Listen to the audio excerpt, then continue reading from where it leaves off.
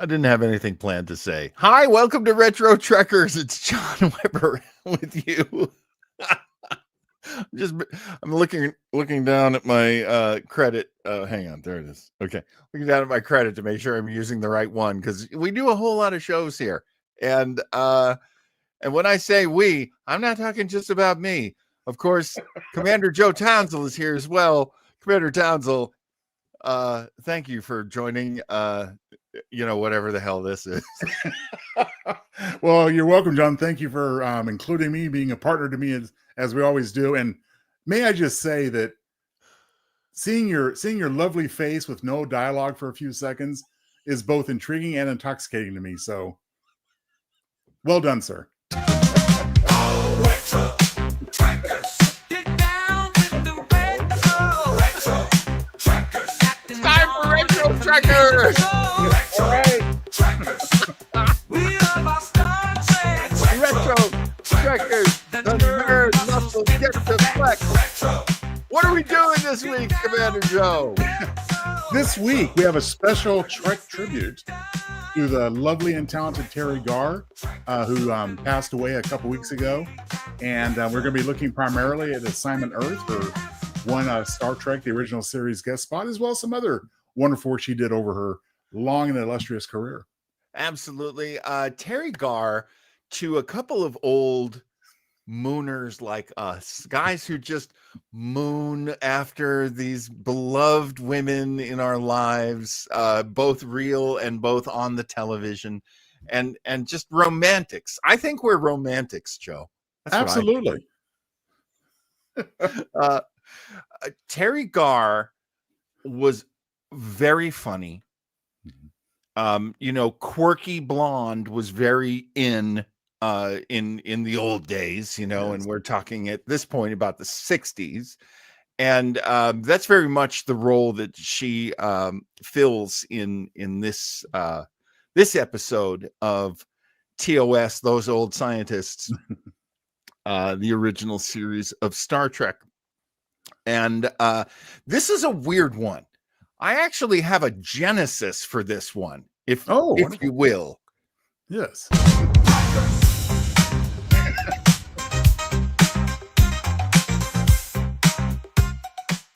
Now, Joe and I throw this. I love this for Ralph. Romantics equals lustful lads. Yeah, I can't deny it. How dare you, sir? How dare you nail us so perfectly? How dare you? And Ralph, I know you're one of us too. The super duperness of I'm just reaching for words. It's been a day. It always is, right? John Atkinson did that come from the Genesis planet? It came from the rich and fertile mind of Joe Townsell, because I said, if I want to do a little list of factoids at the beginning, what should we call it? And without missing a beat, Joe said, well, Genesis. And I went, oh my gosh, you're right. There's no conversation to be had, as usual. Townsell's right, and we're good to go. All right, so let me pull out my notes. Hang on, I gotta hit an application on my computer, and because my computer is 11 years old, it will eventually, there it is. Okay, good. The episode we're discussing, of course, is Assignment Earth. It is the second season finale. Season 2 of Star Trek had 26 episodes. This was the 26th. It aired on March 29th, 1968, a not insignificant time. It's a very relevant that 1968 is the year, especially for this episode, because a lot of what's going on in the United States, especially, is very tumultuous in 1968, and Assignment Earth is a let's talk about the idea of a backdoor pilot. Mr. Townsell, what would you define as a backdoor pilot?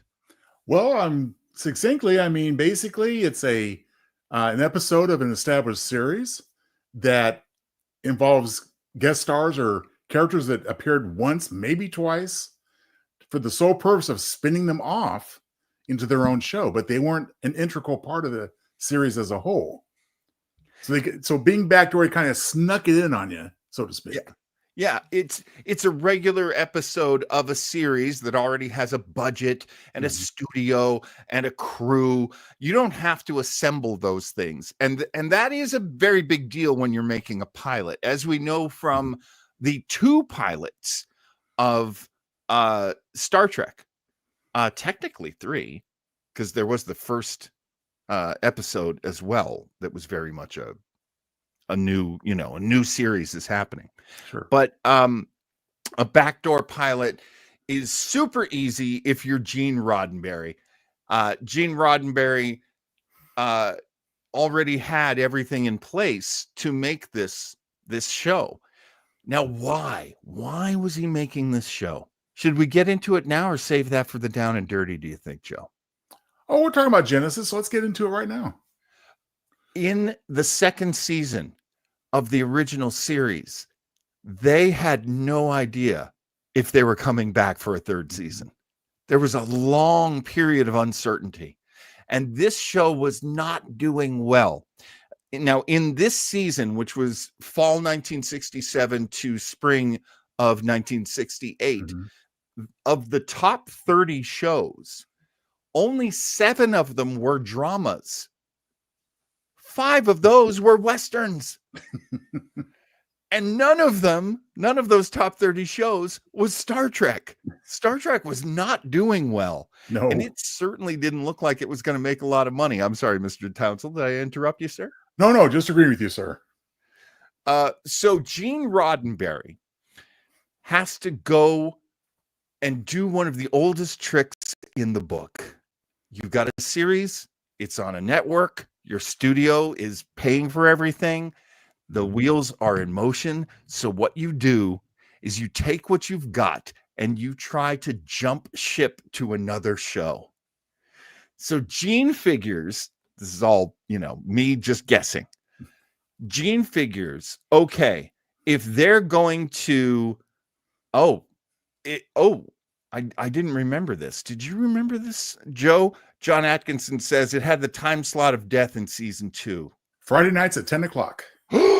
Death! Time slot of death! Oh my God, that's a terrible, terrible time slot. Holy cow!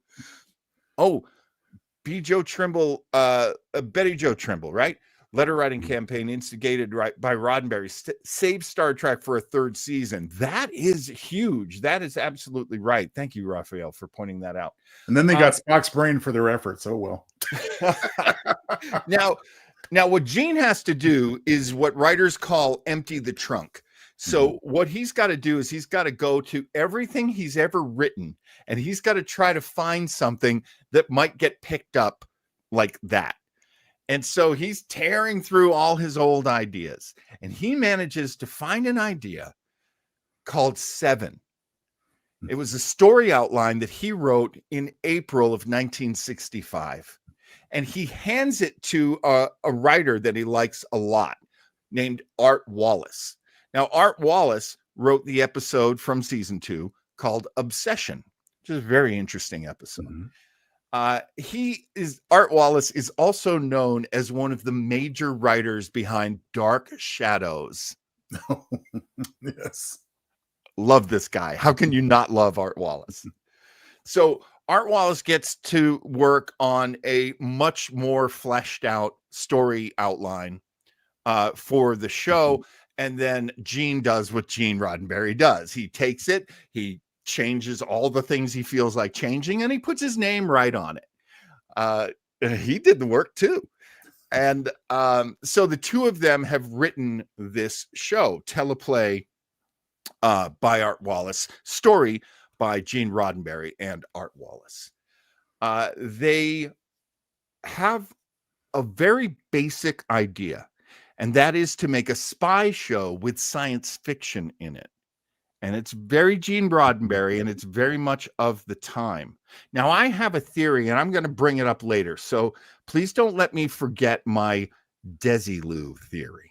Oh, absolutely. Okay, I'll save that because I think it's important for us right now to get into the actual episode. Is there? Oh, yes. There's still much to unpack, and you'll definitely get into all of it after we have a look.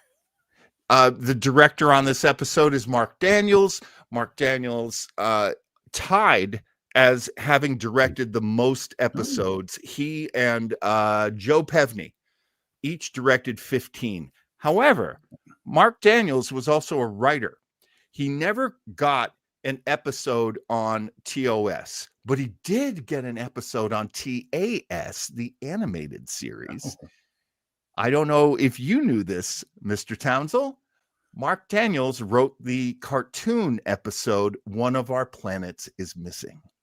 Well, it didn't come to mind. It wasn't on the tip of my tongue, but it doesn't surprise me either because he was a huge part of both shows. Yes, pat yourself on the back, John. Pat myself on the back for knowing something that Joe Townsell didn't know. It's rare, and I embrace it every time it happens. Mark Daniels also a Desilu guy, and again the Desilu theory. He directed the first 38 episodes of I Love Lucy. Oh, Classic yeah. television. There you go. So yeah, let's go to our next feature.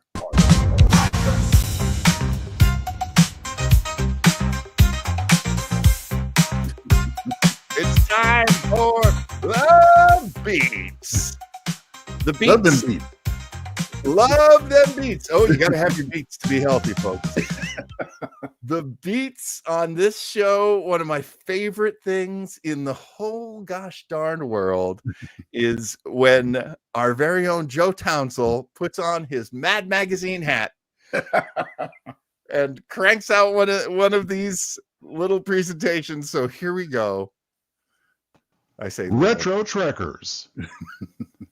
This week, a special Trek tribute.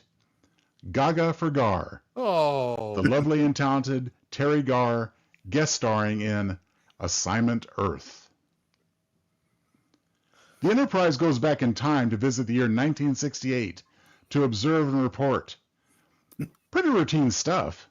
And you know there's never a temporal time cop around when you need one. But what's this? There's a long-range transporter beam coming in. But that can't exist in 1968. Even color TV isn't that common yet. Energize. Oh, no. Somehow, some dude who looks like a CPA and his cute kitty cat are beamed aboard. Why, it's Gary 7 and Isis. Captain, this is really inconvenient that you've chosen this moment to Shanghai me. I'm on a mission from God, you know, just like the Blues Brothers. Sorry, Mr. 7. I didn't just let that pilot, Captain Christopher, go either. We beamed him aboard last season. So this way to the brig until I decide what to do with you. Townsell's Shatner. Once in Enterprise jail, Gary 7 of 9, just Gary 7, takes out his magic ballpoint pen and deactivates the force field to his cell. Some dim-witted redshirt makes a half-hearted attempt to stop the detainee, but the stoic Mr. 7 simply puts his security lackey to sleep. Oh well, at least he didn't kill the poor red-shirted doofus. After enjoying some bonding time with Spock, Isis the cat cops some kitty attitude and struts out the door. Very cat-like. Isis arrives at the transporter room, and the doors somehow know to open only wide enough to allow entry for a cat. Gary's already there waiting. He activates the transporter, and the odd couple beam on down to 1968 Earth. Kirk and Spock don their best business attire for the era and follow to make sure Gary 7 doesn't F up the timeline. They find his explanation of beings from some mystery planet that recruits human agents, well, kind of wacky.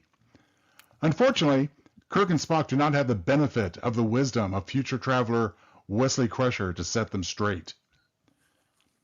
Mr. 7 and Isis emerge from a weird transporter that has fog inside and is hidden inside a wall safe nestled in a modest apartment. It's kind of nifty, but what will the landlord think of these modifications? They take a look out the window, and Gary wrinkles his nose in disapproval. How did these guys survive the 20th century? You know, Kirk will make the same observation in Star Trek IV. Oh, wow. Kirk and Spock make their way through the hustle and bustle of the city. Our heroine, Roberta Lincoln, does a do-si-do with some guy until she can get around him. Oh, late again for work. Roberta finds her way to apartment 12B, and the office is empty. Cool. The boss man isn't around to see that she's late. No, wait. There he is, after all. Ah, busted. Gonna dock that paycheck for sure. But not before she's on a really interesting temp assignment. But first things first. Miss Lincoln, type up a report of what you've been up to the last few days. No need to use your hands or even your nose. We have the 1968 prototype for Siri and Alexa. Roberta's dumbfounded look tells Gary that she's actually not one of his agents at all.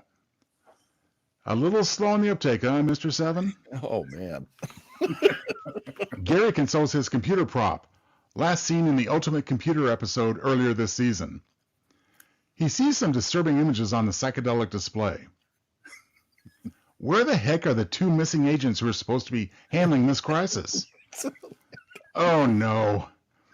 Turns out they died during rush hour traffic. Oh, what a bummer. Now Gary has to stick around his backward home planet for a while longer to complete his mission. After Scotty directs him to apartment 12B, you know, our favorite engineer is the 1968 prototype of GPS. Nice. Kirk and Spock bust in on the unlikely trio. Gary uses his cool transporter to skedaddle to McKinley Air Force Base. Seven appears at the base inside a big hangar. Apparently, there's another transporter inside that produces the same smoke and opens the doors automatically. An annoying sergeant harasses Gary. Go to sleep, soldier. Well, the sergeant complies until later in the episode, we can cause the most trouble. Oh, yeah. Two Keystone cops show up at apartment 12B. What? Spock tussles with Roberta, forgetting to use his Vulcan nerve pinch to subdue her. Hey, the nerve pinch didn't work on Mr. Seven, so maybe it won't work on groovy 1968 chicks either. Besides, it gives Roberta an opportunity to take off Spock's hat, revealing his pointed ears. Right. WTF. The cops get scooped up with Kirk and Spock when Scotty beams them all up en masse. The police barely have enough time to gape in astonishment as Scotty beams them back down to terra firma. I was trying to figure out how to make that joke. Gary manages to climb up the long ladder along the rocket's side without anyone bugging him. So he gets to work messing with the missile innards. Scotty taps into 20th century weather satellites and uses them to monitor the missile being readied for launch. Kirk and Spock spot Gary tampering with the rocket. Beam him up here, Scotty. Meanwhile, that pesky Roberta is fiddling with Gary's transporter controls. Bless her, she accidentally taps into the Enterprise transporter signal and beams Mr. Seven back to his apartment headquarters instead. Dag nabbit, now Kirk and Spock need to beam back down to Earth after all. But those goofy guys managed to get apprehended by security at the Air Force Base. While in custody, they can only watch helplessly as tension mounts. Someone's got to disarm that warhead, or it's going to get even nastier for 1968 Earth. Whole lot of Gary gantry. Seven's working frantically to blow up the missile before it plummets to 100 miles minimum safe distance. Roberta picks the moment to look bonk him on the head with a heavy cigarette box. You know, he just doesn't seem to be on the up and up. She's worried that her generation won't be alive to see 30 years old. You know, just like the poor saps in Logan's Run. And as we all know in 1968, we'd never trust anyone over 30. Gary shakes his head in disbelief. Only 40 minutes ago, he fought off 5 guys on the Enterprise and shrugged off Spock's Vulcan nerve pinch. Now this one groovy chick conks him out in a single blow. Go Roberta! Kirk manages to signal Scotty. Spock gives the old nerve pinch to a nosy soldier. Hey, the pinch does still work. Beam us over to Apartment Troll B, Scotty. Pronto. Seven is still trying to get his wits about him when Kirk and Spock beam in.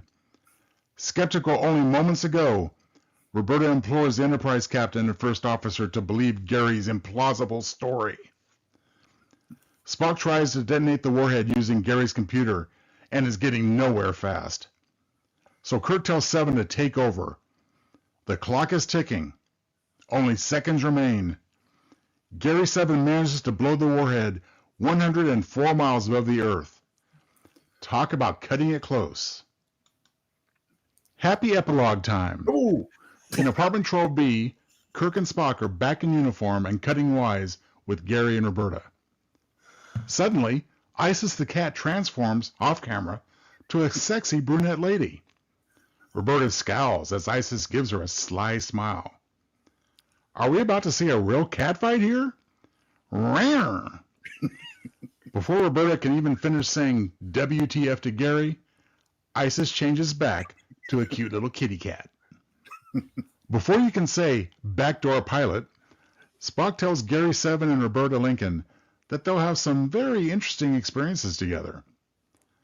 Alas, they both look a little uncomfortable at the prospect, so it's just as well as this Trek spinoff never materialized. So the Enterprise leaves orbit, presumably never having completed the original mission of historical research. All right. There you go. There you go. I think the word of the day has to be dagnabbit. Good point. Good point, everybody. So let's talk about this episode. I have so much to say. Maybe even I would say too much. Joe, do you want to start off with the down and dirty? You got any feelings about this one? Anybody in the chat want to jump in at any point? Feelings about this episode, Assignment Earth. Well, I mean, I like to keep my thoughts noted here so I don't miss anything, and I'll just kind of glance over here real quick. Sure. So, yeah. few things I made note of. While time travel is possible in subsequent Star Trek works, it's never again done so easily and so routinely. Yeah. So that was very interesting. Yeah. Here's a little known fact. Maybe John, you didn't know this. Gary 7 reports to Rufus, as does Bill and Ted. He must convince the people of Earth to be excellent to each other by not blowing each other up. That's a joke, if you didn't catch on. I was following you like, wait a minute, his supervisor is Rufus? I didn't know that. Some obvious, very close parallels to current Earth at that time. Quoting the heart of the Euro-Asian continent, of course, referring to Russia and China. Right. Wink, wink. I thought as far as details, very easily forged credentials, phony credentials, even for 1968. Crazy. It's like, okay, let's just, write something in a wallet and hand that over, Another thing I thought was kind of interesting, and it's Ditz over Strong Lady. Gary's computer confirms early in the episode that Roberta has a very high IQ, but we never really see any evidence of this at all. That's true. That's true. And I assume that was something that they were going to kind of dole out. But I also had a theory about that, and I'll throw that out here. I think Roberta was supposed to be like Goldie Hawn from Laugh-In. Oh. Now, I haven't done my research, so I don't remember when Laugh-In debuts. It might be after, but just the idea of the ditzy blonde. But she's really super intelligent, because she's going to have to be, because that's going to be, important to the show at some point that she's smart. And she does show, well, I mean, she sort of accidentally saves Gary 7 by activating his transporter. So, but it is accidentally. Well, it is accidentally, but then again, she had the wherewithal to when she kind of tapped over the little pin mechanism. That's Oh, interesting. that's right. So she has that type of curiosity about her as well. And um, I'm pretty certain that Laugh-In was playing at that time. Yeah, Chris points out it was 1967, Oh, there it so is. Okay. the year before, Yeah, because this now this airs. I believe this is shot in January of 1968. that So makes sense. Well, it my airs. my, my only question though, John, on that theory is if it's having to do anything with Goldie Hawn from Laughing, why don't we see Roberta like in a bikini dancing with stuff written in lipstick over her body? But I guess that's just a minor detail. We don't have to get into that. You know what I'd forgotten? I had forgotten that her skirt here. I'm actually going to put this up on screen. I'd forgotten that her skirt. She was wearing leggings. I forgot she was wearing leggings.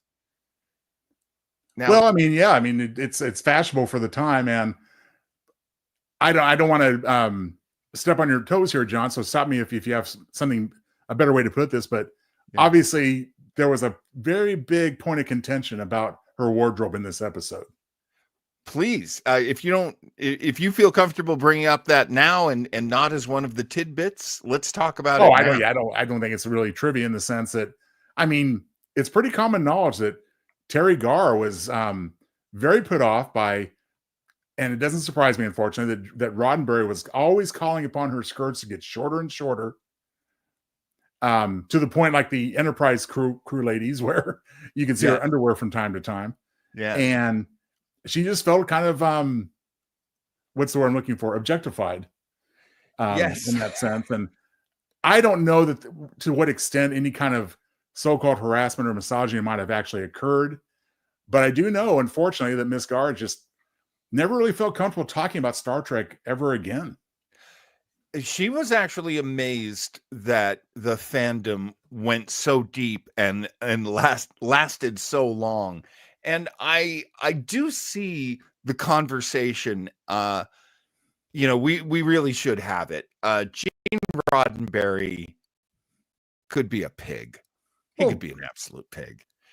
And I understand her being unhappy with the skirt because it doesn't have a good hemline. So now the part of me that watched Project Runway for all those years is now going to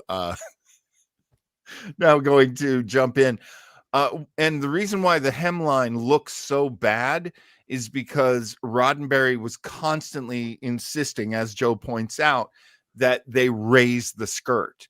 And yeah, Teri Garr was uncomfortable with that. And a lot of being on TV is selling sex, but it's usually not so aggressively done to what you're wearing while you're trying to work. And that was, I think, her objection. Well, I mean, you could have scantily clad lady co-stars in Star Trek because almost all the time they were aliens in some sense. I mean, Orion slave women, what have you.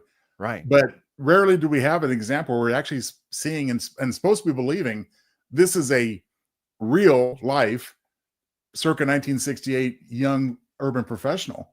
Yes. And I mean, come on. Did they show up to work like this? I don't think so. Right. No, I mean, if your skirt was this short, you'd be sent home.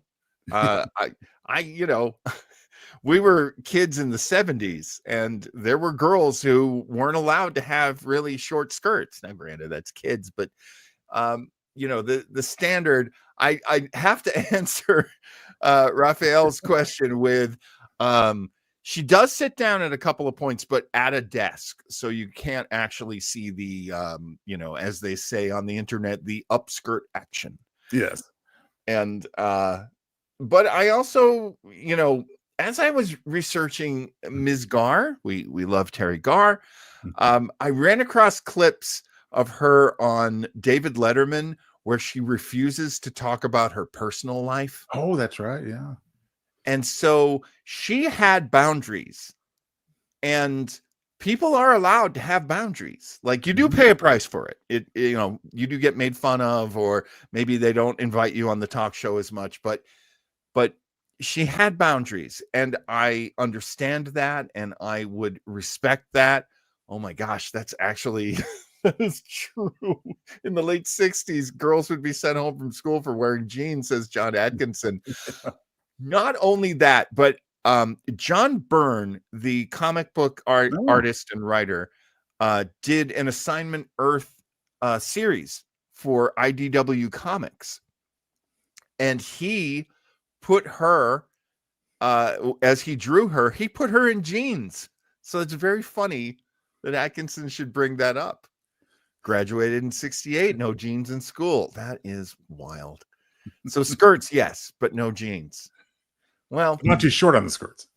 not too short on the skirts. So there's that. So that part of the story, you know, again, that's me going, oh, good old Gene Roddenberry couldn't let a woman be in one of his shows without suddenly, you know, somehow getting his fingerprints on her. But having said that, and the damage being done, are we complaining? No. Oh, hey, man. Now it's history. I'm, you know, I do absolutely love Teri Garr. So whatever form I get my Teri Garr, I'm always happy. I really fell in love with her in Young Frankenstein. I think that was, for me, the moment of, she's so funny, she's so sexy. She does a great job in that movie. Oh, absolutely. I mean, and I know we'll have time to talk about some of her other stuff too, because she's around more than you may remember in a lot of things.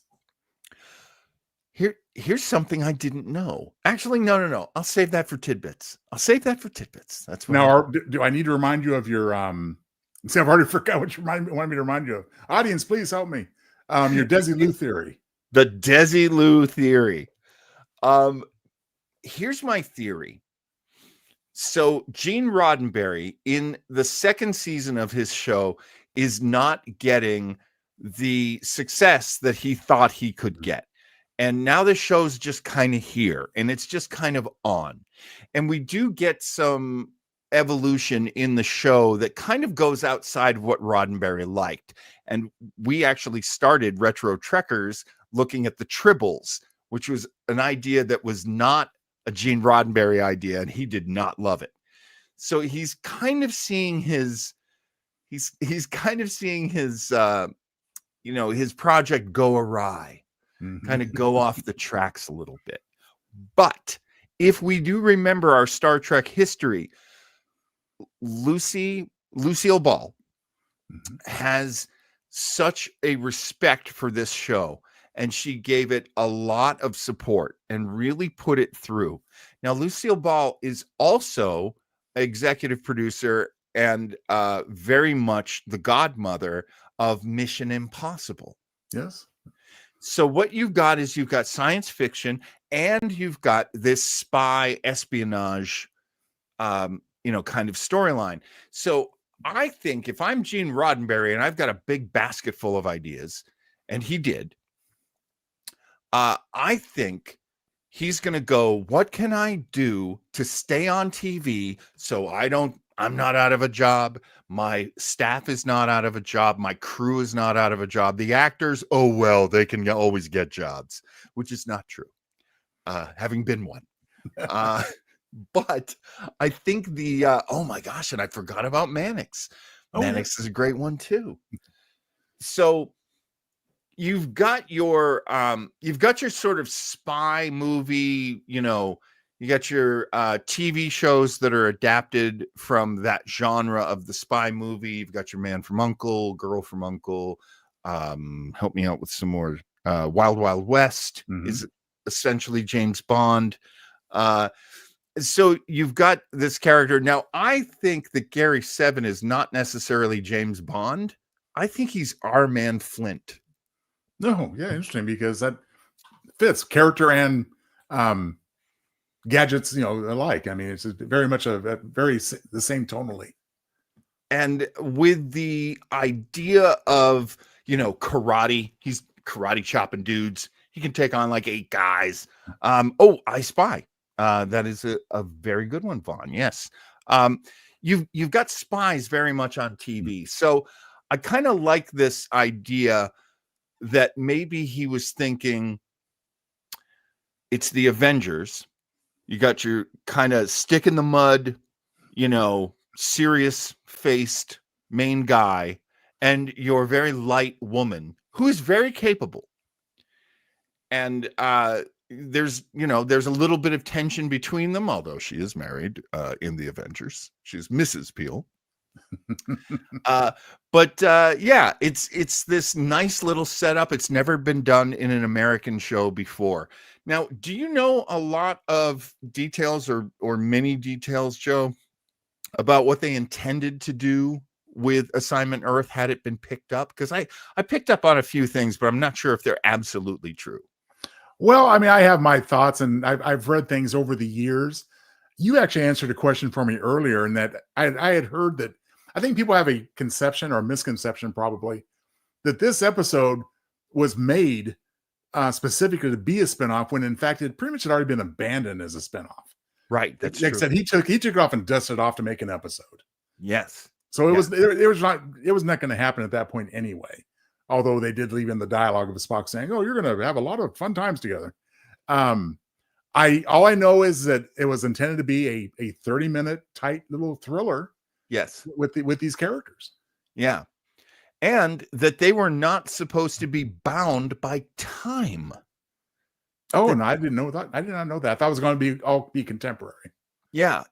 It was tackling contemporary issues very much in this storyline, but that they were going to visit other times as well. And that allegedly comes from Roddenberry himself.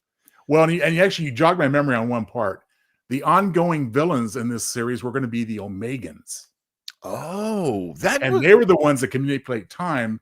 So just like Sam Beckett in Quantum Leap, more or less, they had to kind of follow them around to make sure they didn't screw things up.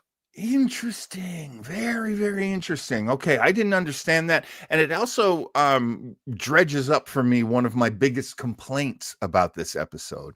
And that is, there is no enemy. Essentially, the enemy is Captain Kirk and the crew of the Enterprise. Those are the bad guys. It's so bad.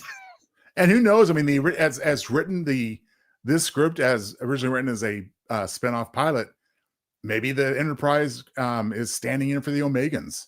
That would make sense, because otherwise, really, even Kirk and Spock, they're all pretty peripheral to the story. They are. And allegedly, I couldn't find a lot of backup on this, but I read in one place, and this is not going to surprise anyone, William Shatner complained he didn't have enough to do in this episode. Oh, poor Bill.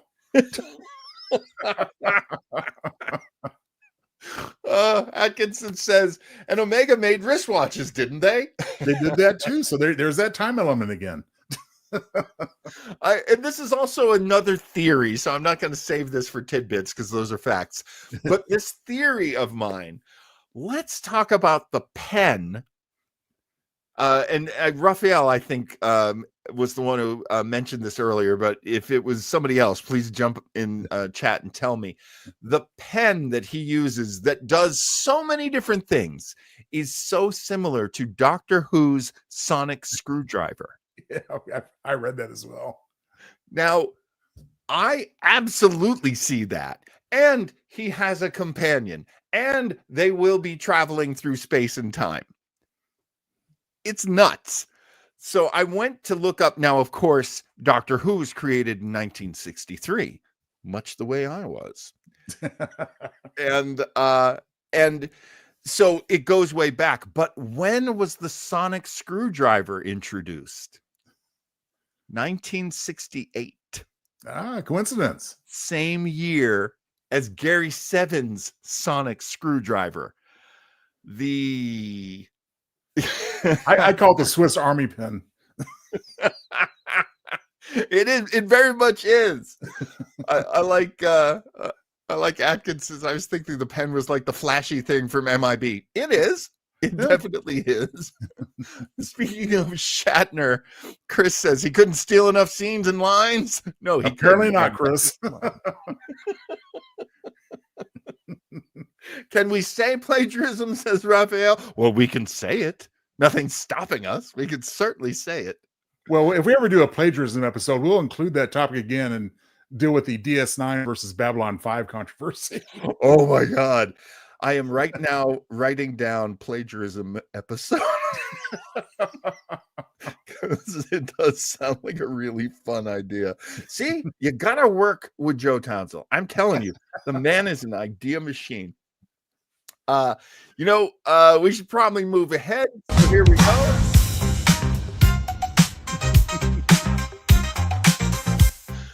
MVPs. Who did you feel put in a really strong performance on this show?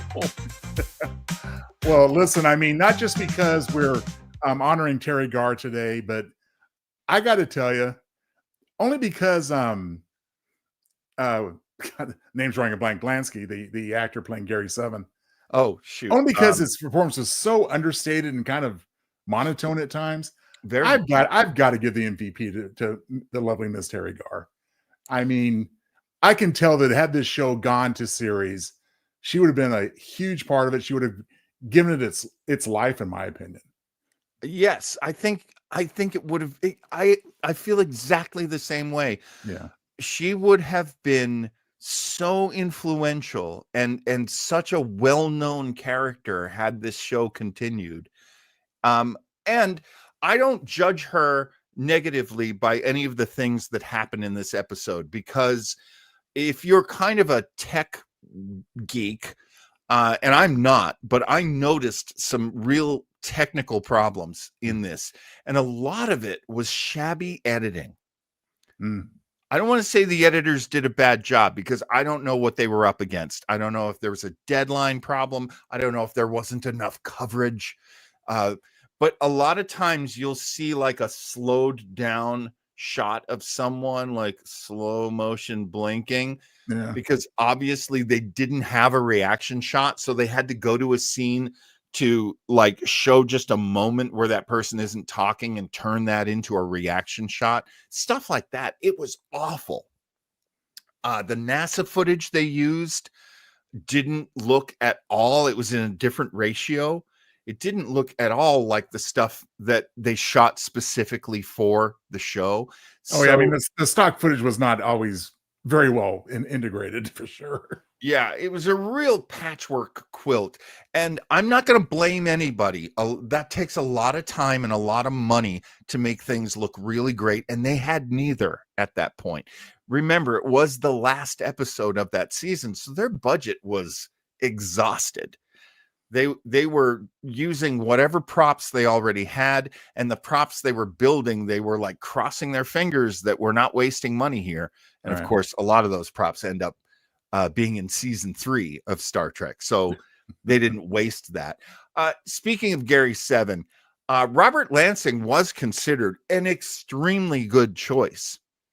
Roddenberry wanted a guy who had already held down a lead in a series. He actually found Robert Lansing, who had held down 2 leads. He had a lead in 12 O'Clock High. I remember that show being on when I was like 3 or 4. I don't remember anything about it other than the name of it. And then a show I have never seen called 87th Precinct. Drawing a blank. Yeah, he played a major role in that as well. So yeah, I got to give a little love for Robert Lansing, but I can't argue with you at all, Joe, on the fact that he is just a flat piece of granite. Well, again, not taking into account his other work. I mean, for this specific story, this episode, he doesn't rise either much above or below a certain level, and of course, Teri Garr shines. So she really does, and she can only do what's been written for her too. So there's she's fighting a lot. She's trying to keep a lot going. She is the monkey wrench in a lot of ways. And there's another thing I want to point out too, that anything that looks good in this episode is kind of amazing, because if you look at the overall story, and Art Wallace, I love Dark Shadows. I'm not here to bury you, sir. But Art Wallace, this script is a mess. Gary 7 makes so many mistakes. He makes so many mistakes. He tells Roberta Lincoln all of this stuff that she doesn't know because he assumes that she is also a super space spy like him. I And mean, like I said, he's pretty slow in the uptake, as it turned out, and not to mention the fact that the overall crisis is okay. We're going to scare the people of Earth into not having nuclear annihilation by almost making it happen. Well, that would scare them, I guess. I mean, it's the old like if we use force, then maybe they won't use force. Oh, that's so bad. So yeah, the story's a mess.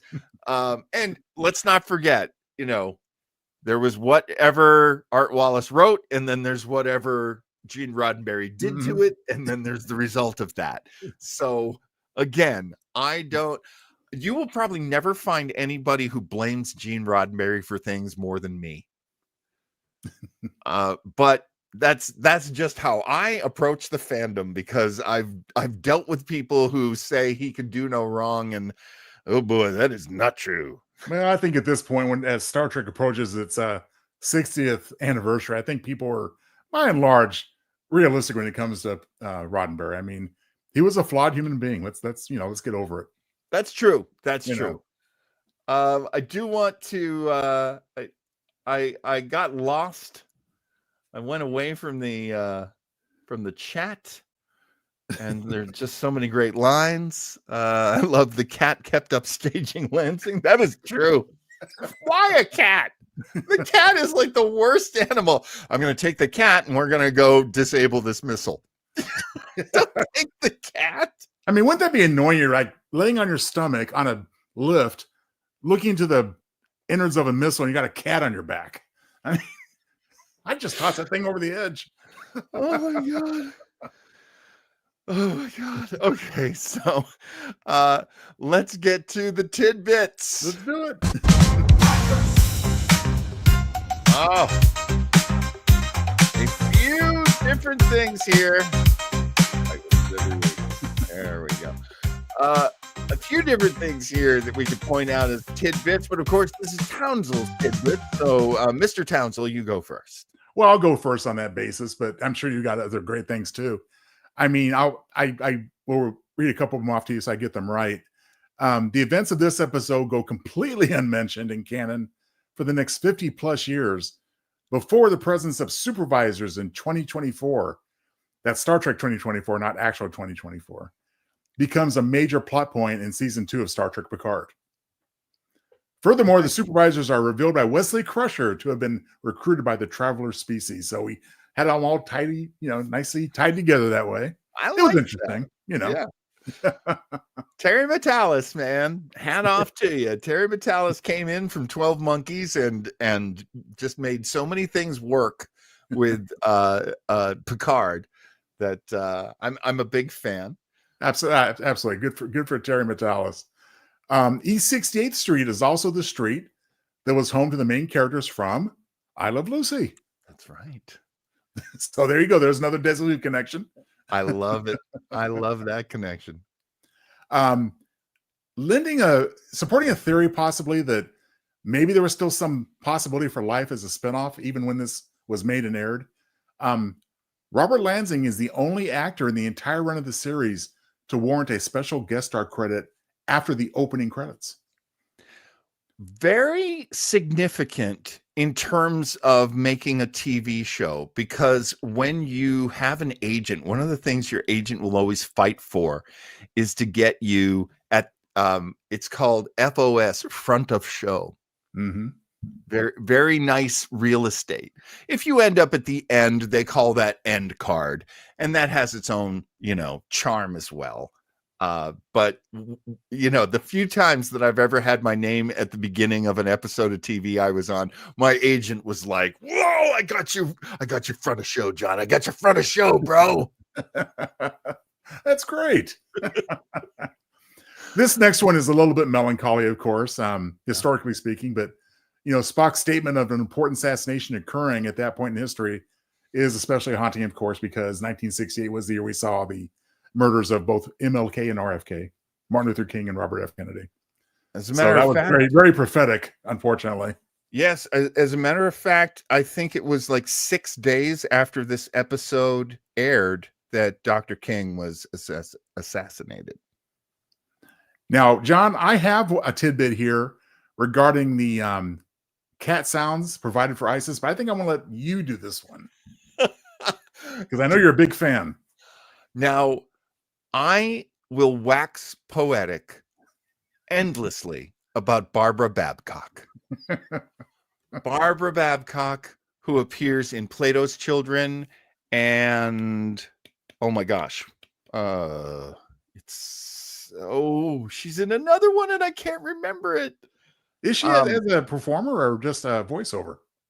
Well, she does both. She Okay. performs on screen in Plato's Children. She's that beautiful blonde with that. Oh, I remember her Player's Stepchildren for sure. Yeah. Yeah, and it's like Dream of Armageddon or something is her other episode where she appears on camera. Okay. I have to go back and look at that. I'm not drawing a picture of the actress now, but you're probably entirely right because that would fit the bill. I really should have made a PDF, but I got lazy after I made all those PDFs of Teri Garr's skirt. Yes, there you go. Well, I think now that I think about it, I'm sure we're going to find out you're absolutely right because the episode you're referring to, of course, is called A Taste of Armageddon. Taste of Armageddon. And I think you're right. I think she played the female protagonist in that. Now, when Gene Roddenberry, that horny old goat, needed a female voiceover, he would frequently call Barbara Babcock. Barbara Babcock is the voice of the Tholian from the Corbinite Maneuver. Or Tholian Webb, sorry. Tholian Webb, right. And love her doing that. But let's bring it back to this episode. She is the voice of the computer. That's Barbara Babcock. When the computer gets really salty with Gary Seven, that's Barbara Babcock. But also she provides the kitty cat sounds. And I'm telling you right now, if I could get her doing kitty cat sounds on an endless loop, I know what I would be going to sleep to every single night. Oh my. Babs Babcock.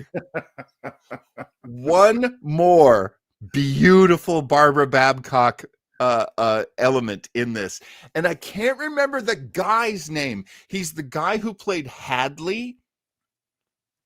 It's I want to say Billy something, but he's in this episode. He's one of the guys in Mission Control. He's actually in the foreground of the shot. Okay. And he is the voice of Trelane's father in Squire of Gothos. Trelane's mother, Barbara Babcock. So Barbara Babcock was just as versatile as Jimmy Doohan for providing various voices and so forth throughout the course of the series. Incredibly so. So not only one of the most beautiful women I have ever seen in my life, and frankly, my wife looks a little bit like Barbara Babcock. This is true. I will brag. Joe's met her. I will brag.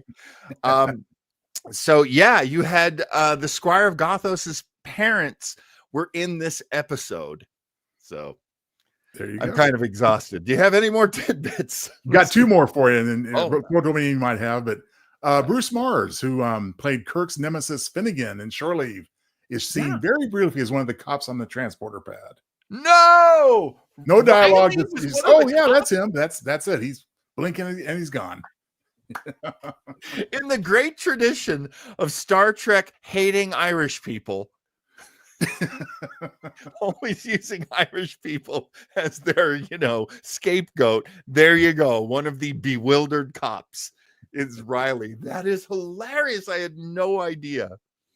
And the last thing I was going to comment on here was it's a familiar Roddenberry premise, Assignment Earth. It's very similar, for example, to something he would rework again and again. An alien benefactor looking to guide the human race to its enlightened stage without destroying themselves.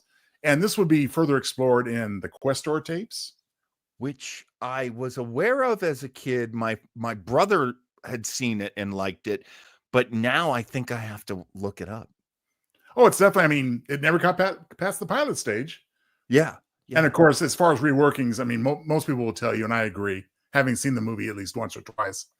That the Questor tapes, the Android net, of course, is definitely the granddaddy of data. Yeah. Oh, interesting. Yeah. That is some, look, I will complain all day about Gene Roddenberry's, problematic behavior, but his creativity really is incredible. The ideas that he stuck with, because he knew they were good ideas, he was right. They were good ideas that went all through the franchise, through the movies and everything. I gotta say, I'm glad he stuck to his guns, because these are iconic science fiction ideas now, and I'm very happy that we have them. Absolutely. So that's all the tidbits I got, John. We should we're near the end, so we should start talking about the things that Joe and I will be doing very soon that you will get to see tomorrow.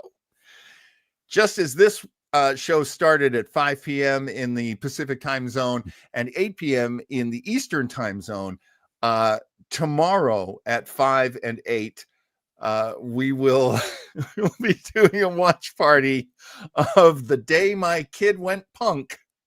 Joe, are you looking forward to this one? Absolutely. I mean, the only thing I'm looking at this now is like, I wonder if we look less like punks versus zombies. I'm not sure, especially you, John. I'm sorry about that. We're grubby. We're grubby street punks. That's what we are in this. Well, as we'll see in the after school special, it basically mirrors the makeup that we'll see the main guy play, Jay Underwood. So the main guy, of course, played by that is so right. Thank you for bringing that up. Main guy played by Jay Underwood from The Boy Who Could Fly. That's right. If you remember him. Yes, Raphael, thank you for reminding me. This is on our other channel, Retro Rangers HQ. Do I have a banner for that one? I really should. No, I don't. Well, that's terrible. I have one for this channel, but I don't have one for Retro Rangers HQ. All one word. Look us up. That's where we do Retro Rangers, and that one's coming up tomorrow.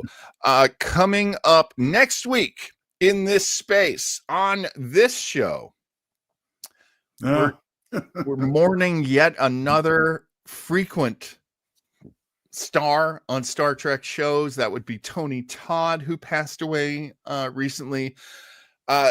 Joe suggested this episode, and it made me so happy, because I love DS9. I love Deep Space Nine.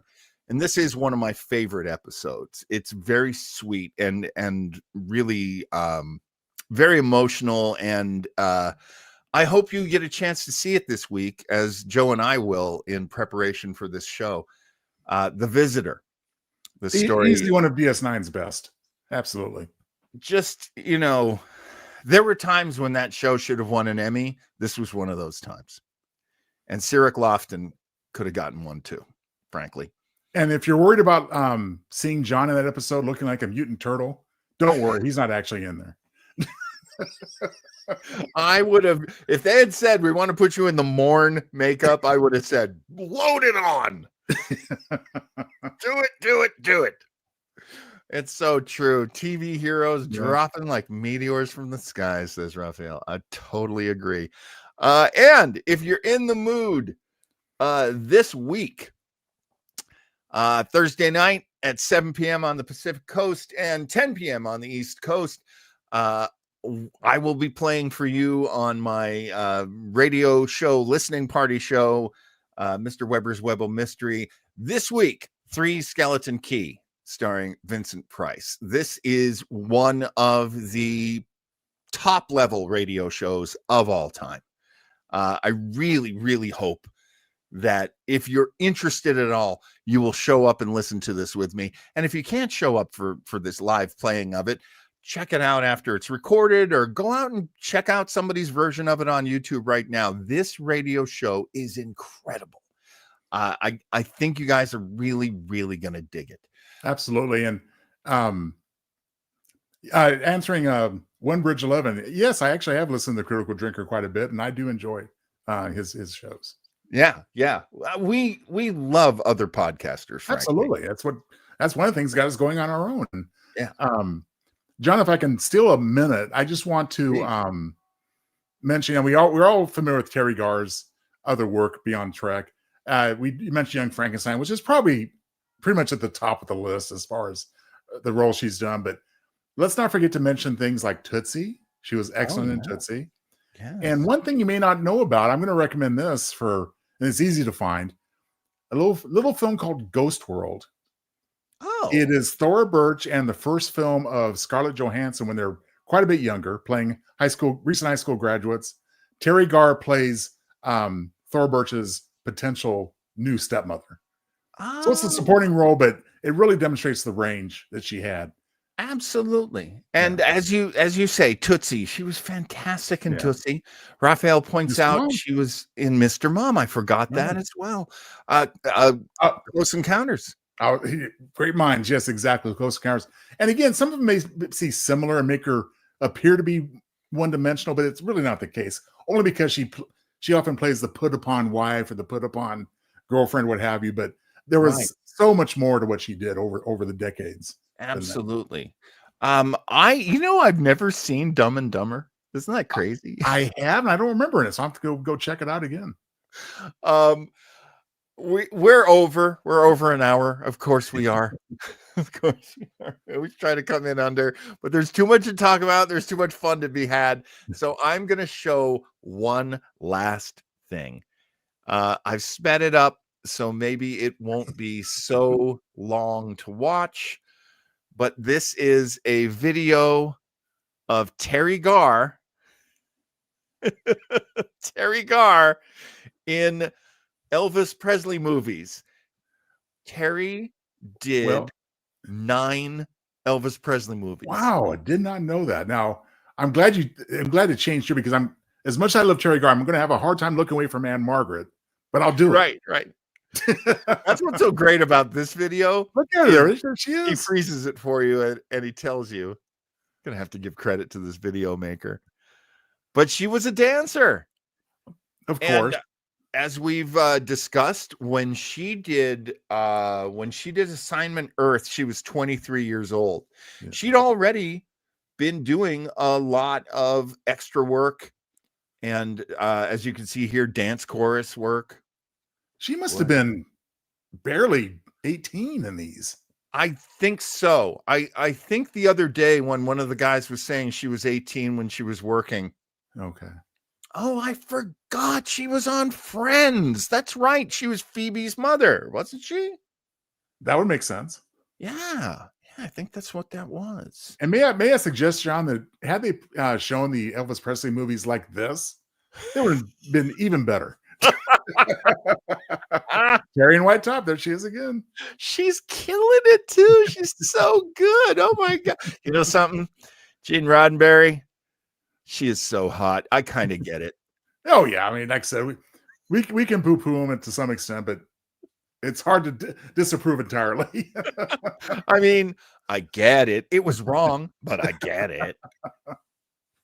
All right. That is going to do it for the show.